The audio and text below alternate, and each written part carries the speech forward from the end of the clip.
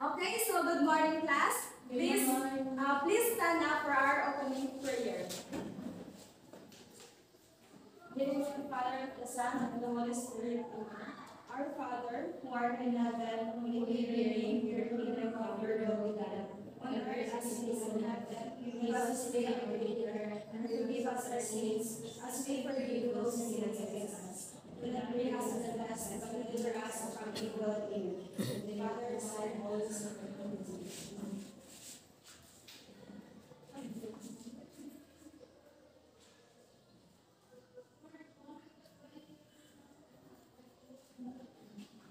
So, please remain standing for our energizer. So, the students will, you will be dance a Baby Shark song, and I will show you a body position, and you will have to copy each, and you will try to observe what are the position patterns all about.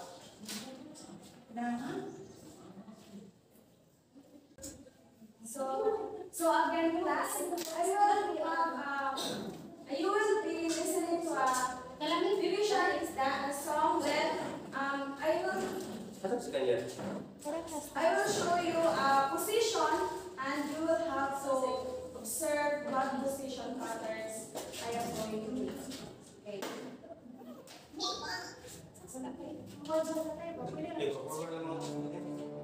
So the first thing is, Pwede na ako nag-laser. Ay, kapag laser transfer, mayroon lang yung ito ko.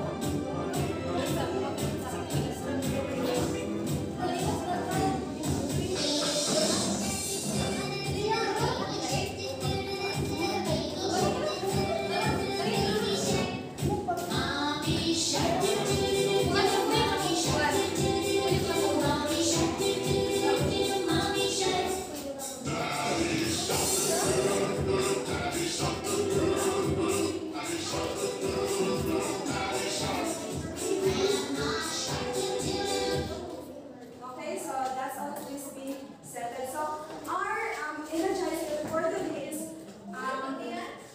part of our lesson.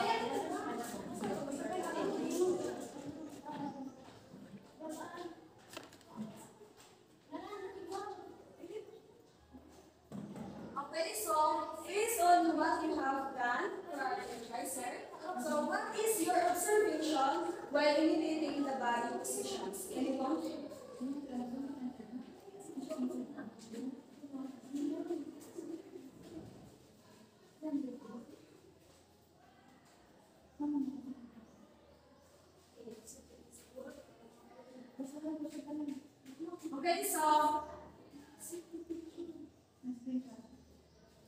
Okay, so based on what you have done, what is your observation while imitating the body position? What are the geometric figure was formed by the different body positions, and how will you define an angle based on our previous activity? Miss Tiffany? So, during the activity, we observed that different body positions created openings between our arms and torso, and these openings seem to vary in size depending on how far we raise our arms. So, the opening formed between our arms and torso resembled parts of a circle. So, when our arms were straight out to the side, the opening created a straight line segment. So, as we raise our arms, the opening become wider, forming to large arc of a circle. So again, good morning class. Good morning, So how are you today? It was great. So may I know our absent for today? And So very good. It is nice to know that you are really love my subject. So let's give everybody a round of applause. Okay. So now you have to arrange the jumbled letters to form the correct term or word being defined. So number one, who wants to answer? Miss Anaya. The comparison of a known quantity with a known quantity. Okay, very good. But how about number two? Protractor. It is the measuring device used to measure angle. Okay, very good. Number three, who wants to answer? Yes, Miss Anaya again. Angle.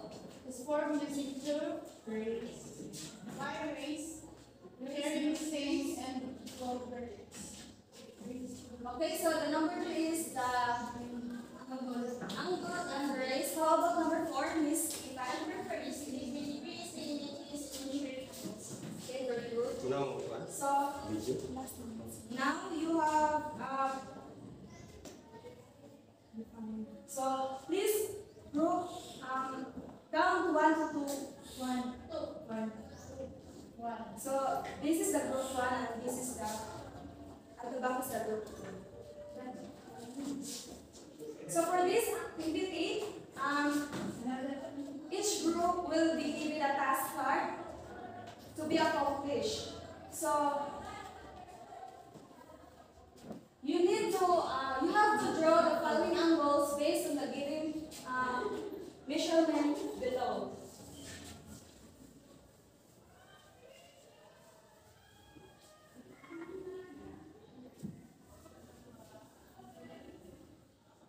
So, answer it in your one whole sheet of paper.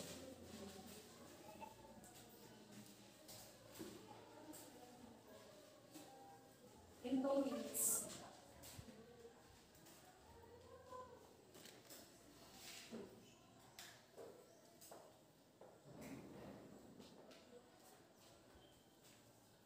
Okay, time is up. So, who wants to answer the 60-degree? Yes, Miss Ryan.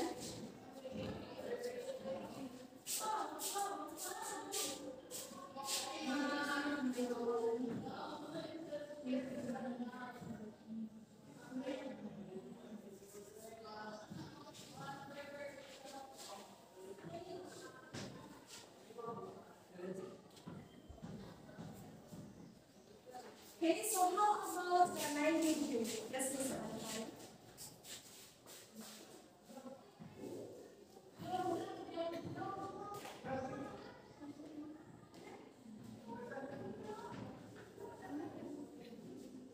Okay, thank you. So, the 180 degrees, who wants to? Yes, Miss Marcos.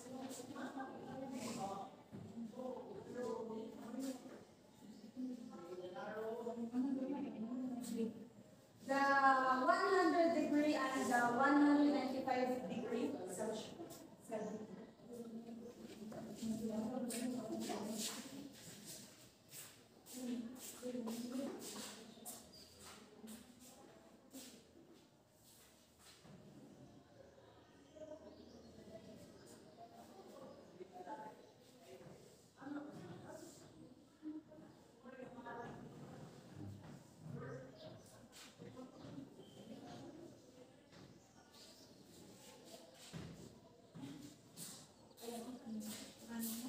Okay, so class, are you sure that this is the 60-degree?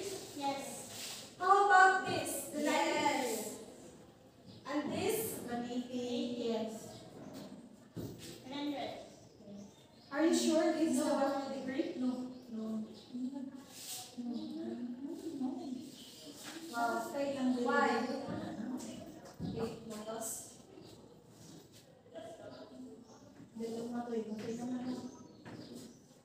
Okay, very good. How about this 195 degrees? Yes. This Correct. correct. Okay, so our second activity.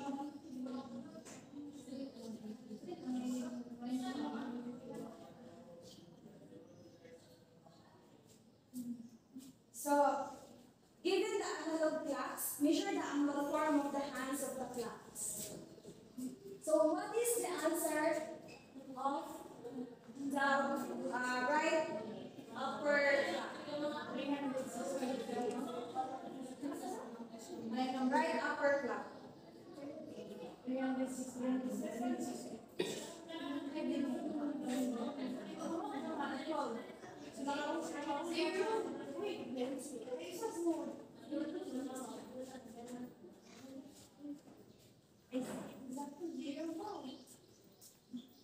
Miss Matos? 0.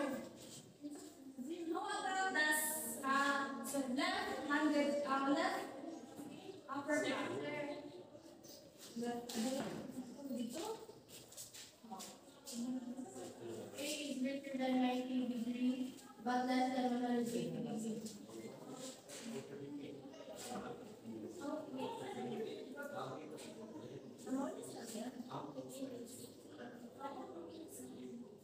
Okay, so Miss Hanaya, do you have a question?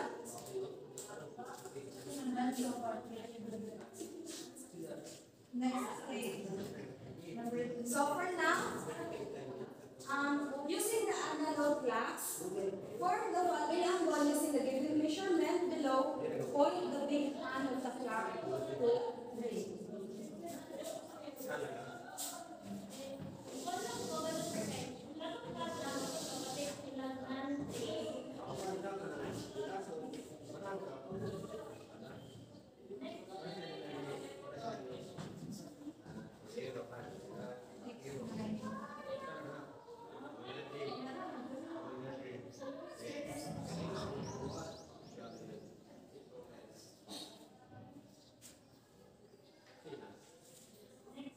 So who wants to answer the 360 degree?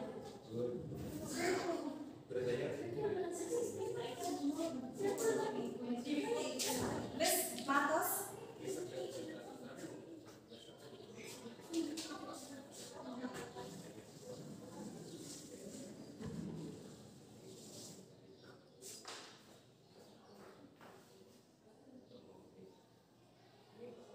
How about the 90 degrees?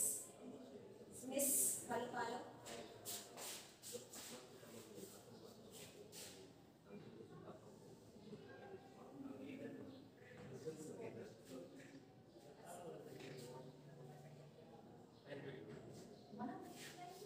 So, class, do you think this is correct? Yes. Yes. Why? No, this is not correct. This answer, her answer is correct, but based on the instruction, you will have to point it in a small hand clock.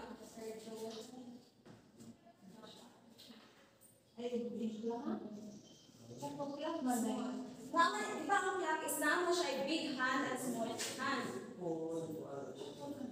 Okay. So, given the pictures below, measure the angle for.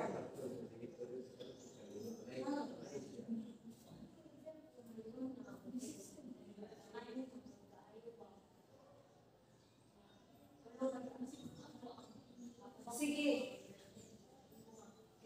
Marcos, please answer the given picture. 360 degrees. How about this one? 90 degrees. This one?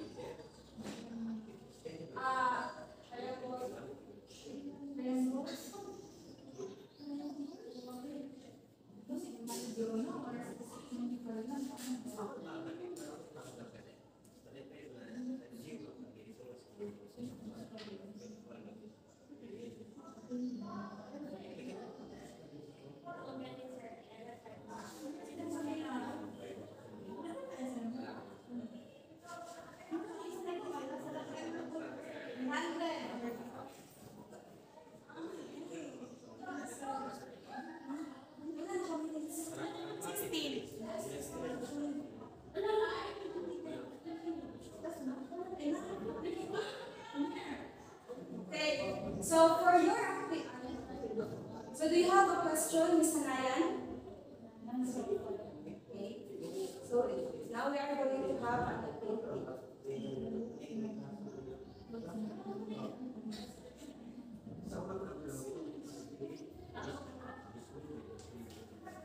Okay, so since you have already your group, each group will classify what kind of angles are given on their cards.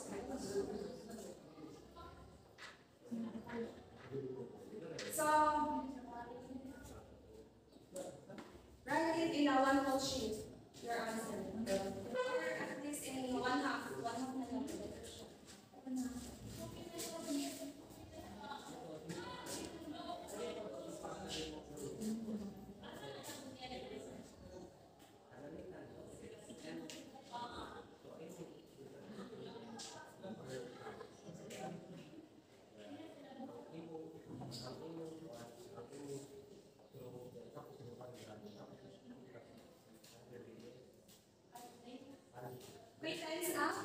So who wants to answer the first kind of angles, which is acute angle? Less than 90 degrees. Ready, more.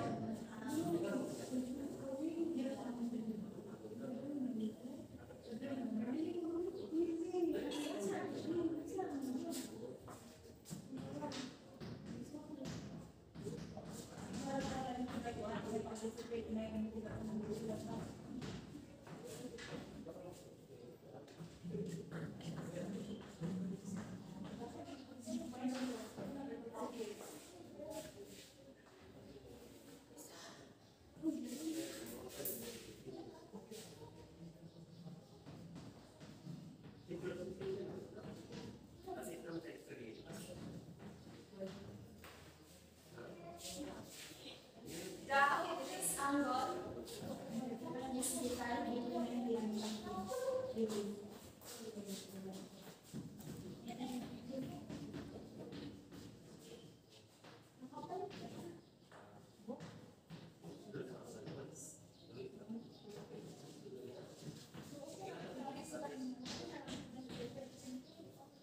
How about the straight angle? Miss Salomino?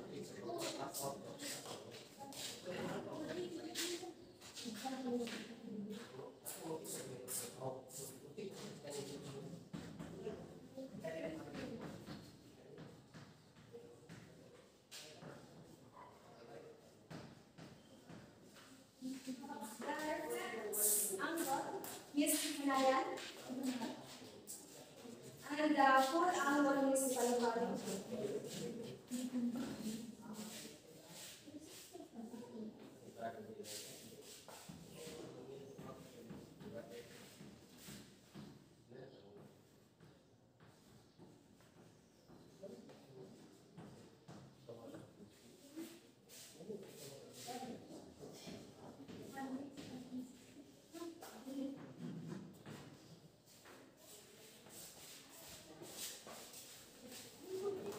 So are you sure, class, that your answer is correct? Yes. Okay, please give around.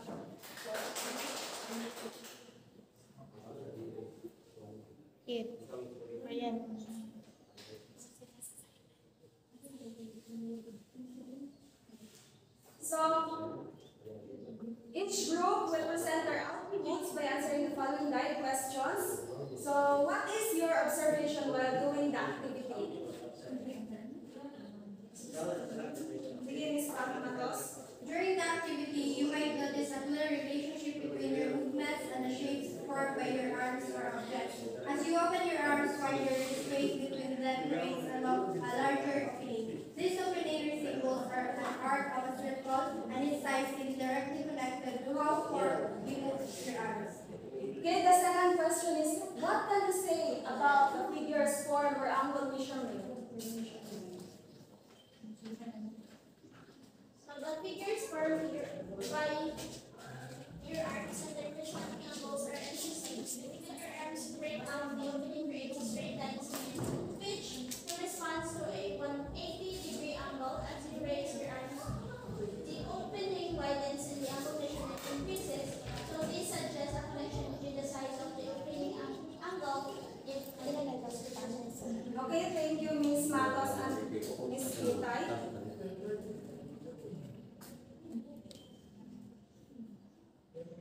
So this, okay,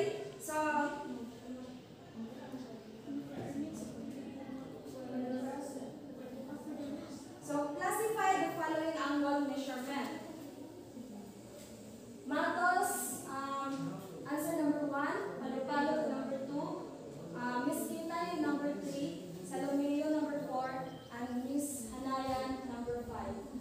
Please answer what is the kinds of angle based on the angle measurement?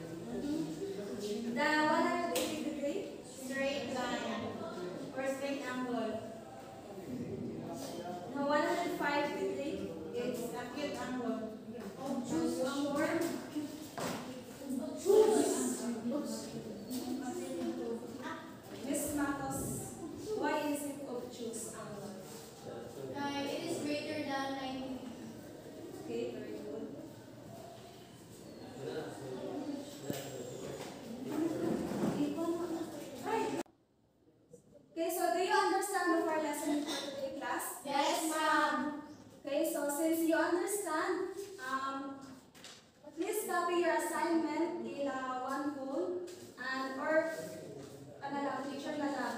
Then answer it in a one phone.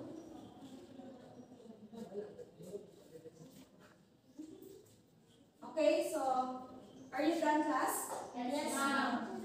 So please stand for our closing prayer. Father, Son, and Holy Spirit. All for the invited by Jesus and for the living. Father, Son, and Holy Spirit.